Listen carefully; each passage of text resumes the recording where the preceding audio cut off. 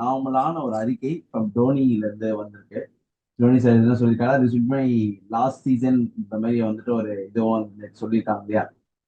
அது எப்பவுமே ஒவ்வொரு சீசனுக்கும் அது இருக்கிறது போறது. எனக்கு மோராலஸ் இது வந்து அந்த மனுஷனை வச்சு நிறைய மார்க்கெட்டிங் ஓடுது, அந்த கிமிக்ஸ் நிறைய ஆக்சுவலா ஓடுது. அதுக்கு ஆமா வந்து ஆமா அதுக்கு வந்து அவரு ரொம்ப அந்த ஈல்ட் ஆயிரம் பிசினஸ் அப்படி இருக்கிறதுனால அந்த பிசினஸ் அந்த டிமாண்ட் பண்றதுக்கு ஏற்ற மாதிரி பேசுறாருன்னு கண்டிப்பா தோணுது. ஆமா ட்ரூலி வந்து அது அது என்னன்னு தெரியல. நம்ம ஐபிஎல் இஸ் டிஃபரெண்ட். நம்ம கேட்டா வந்து பிரான்ச்சைஸ் இன்டர்நேஷனல் அது இதுன்னு லாஜிக் சொல்லுவாங்க. But given all the thing, டீம்ல வந்து கன்சிஸ்டண்டா ஒருத்தர் வந்து மேட்ச்ல இருந்து கொஞ்சம் அடிச்சிட்டு இருக்காரு, கொஞ்சம் இன்டென்டா அடிக்கிறாரு, அவர் மட்டும் தான்.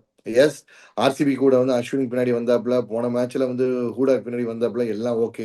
பட் கிடைக்கிற சான்ஸ்ல எப்பப்பெல்லாம் வந்து மேல ப்ரொமோட் பண்ணி வந்த போதோ கொஞ்சமாச்சு வந்து பேட்ல வந்து அந்த 200 strike rate, 150+ strike rate maintain ஆமா பண்ற ஆமா ஒரு ஆள்னா வந்து அது வந்து தோனி தான். தோனி தான். ஸோ அவர் தான் உங்க டீம்லயே பெஸ்ட் பெர்ஃபார்மரா இல்ல ஓரளவு டீசென்ட் பெர்ஃபார்மர் இருக்கானா, அப்புறம் அவ்வளவு எவ்வளவு பேத்தட்டிக்கா உங்க டீம் இருக்குன்னு பாருங்க.